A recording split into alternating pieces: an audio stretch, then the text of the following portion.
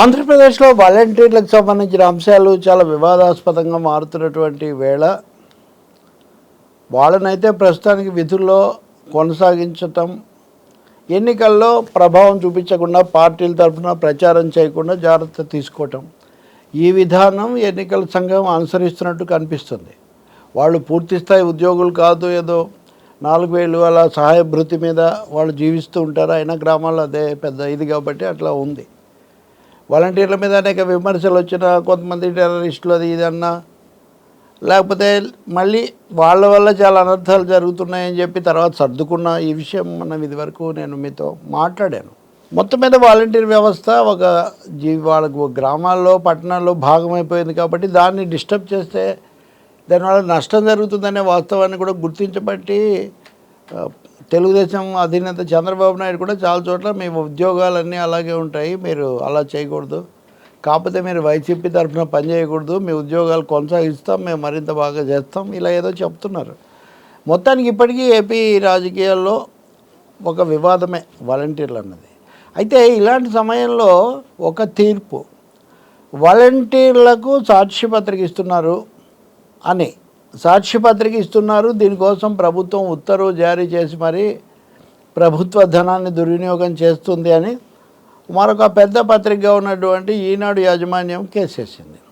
ఈ కేసు ఎక్కడ విచారించాలి, ఆంధ్రప్రదేశ్లో తెలంగాణలో ఇవన్నీ అయిన తర్వాత ఇక్కడ న్యాయం జరగదు, ఢిల్లీ హైకోర్టులో వేసారు, చాలా జరిగింది. అది జరిగినప్పుడు దీని కొలబద్ద ఏంటి, ప్రభుత్వం తరఫున వాళ్ళేమో ఏం వాదించారు, ఎక్కువ సర్క్యులేషన్ ఉన్న పత్రిక తీసుకోమన్నాం కానీ మేము ఫలానాదే తీసుకోండి అని అందులో ఎక్కడ రాయలేదు అని ప్రభుత్వం వాదించింది. అఫ్కోర్స్ అధికార పార్టీ పత్రిక ఎక్కువ మంది తీసుకుంటున్నారు, ఇంకా అందులో ఏం సందేహం లేదు. వాళ్ళని అడిగితే కనుక వాళ్ళు ఏమంటారంటే ప్రభుత్వ పథకాలు వీటన్నిటి గురించి అందులో ఎక్కువగా వస్తాయి కాబట్టి అదే మాకు ఎక్కువ ఉపయోగం మా పని చేయడానికి అని కూడా వాళ్ళు చెప్తుండొచ్చు, ఒక సమర్థన కూడా ఉండొచ్చు.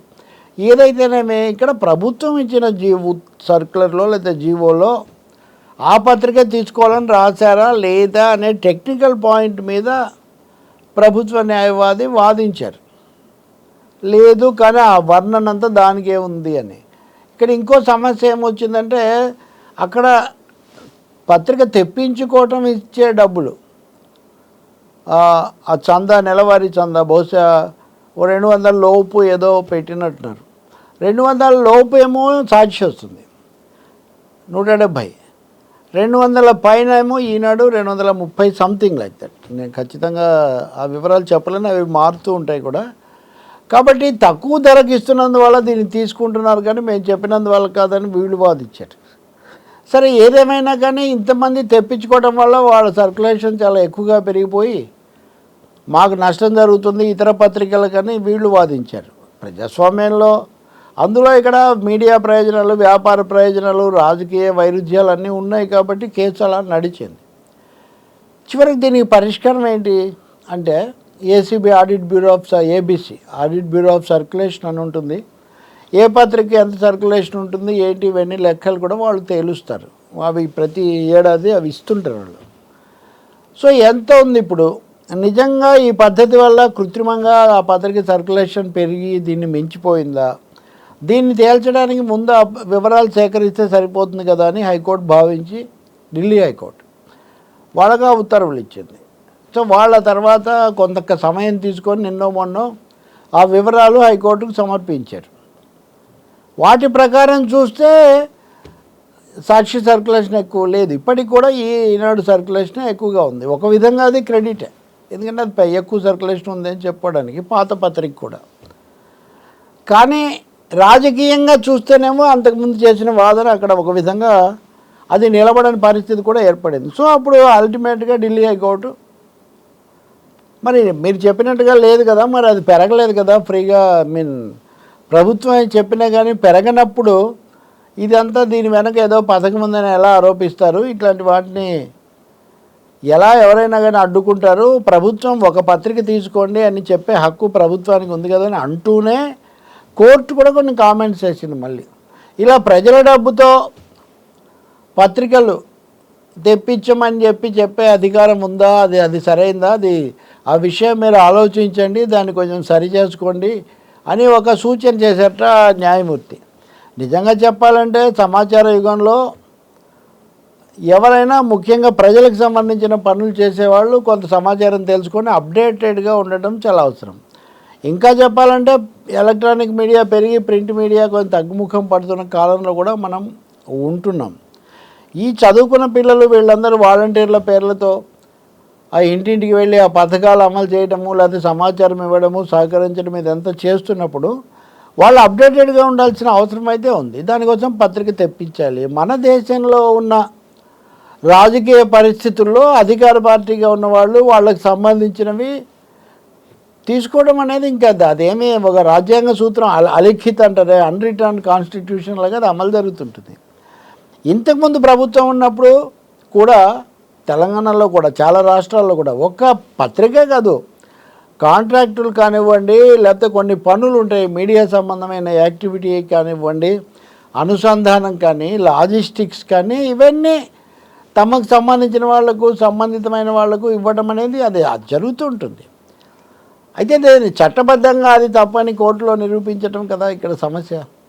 రెండవది, అది స్పెసిఫిక్గా చెప్పి మీరు పలానా పత్రిక తెప్పించండి అని రాసుంటే అప్పుడు అది ఇంకో విధంగా దాన్ని ఇక్కడ నిరూపించే అవకాశం కూడా ఉండదు. అది కూడా లేకపోయింది. కాబట్టి తర్వాత ఈ కేసు చాలా రోజులు నడిచిన తర్వాత చివరకు ఇప్పుడు వెనక్కు తీసుకున్నారు వాళ్ళు. ఈనాడు వాళ్ళు తమ పిటిషన్ వాళ్ళు వెనక్కు తీసుకున్నారు. అదే సమయంలో కోర్టు న్యాయమూర్తి కొన్ని వ్యాఖ్యలు తమకు అనుకూలంగా చేశారు, అలాగే ప్రభుత్వ ధనం ఈ విధంగా వెళ్ళకూడదని ఆయన అన్నారు అని కూడా చెప్తున్నారు. ఏదేమైనా సరే వాలంటీర్లకు సంబంధించి జరిగిన రకరకాల చర్చల్లో ఈ పత్రిక తెప్పించటం అనే కీలకమైన అంశం కూడా చివరకు ప్రభుత్వానికి అనుకూలంగా వచ్చింది. అయితే మన మీడియాలో ఇప్పుడు కొన్ని వైసీపీకి అనుకూలం, కొన్ని తెలుగుదేశానికి అనుకూలం, అంటే వైసీపీకి సొంత పత్రిక, కొన్ని తెలుగుదేశానికి అనుకూలంగా 2-3 పత్రికలు. ఇప్పుడు ఏమైందంటే ఈ తీర్పు మాకు అనుకూలంగా వచ్చిందని వాళ్ళ పత్రికలు వచ్చిస్తారు. తీర్పును పక్కన పెట్టి తీర్పు అనుకూలంగా వచ్చినప్పటికీ న్యాయమూర్తి వ్యాఖ్యలు కొంచెం ప్రతికూలంగా ఉన్నాయి, న్యాయమూర్తి ఇలాంటి సూచన ఇచ్చారు, అలాంటి సూచన ఇచ్చారని వీళ్ళు రాస్తారు.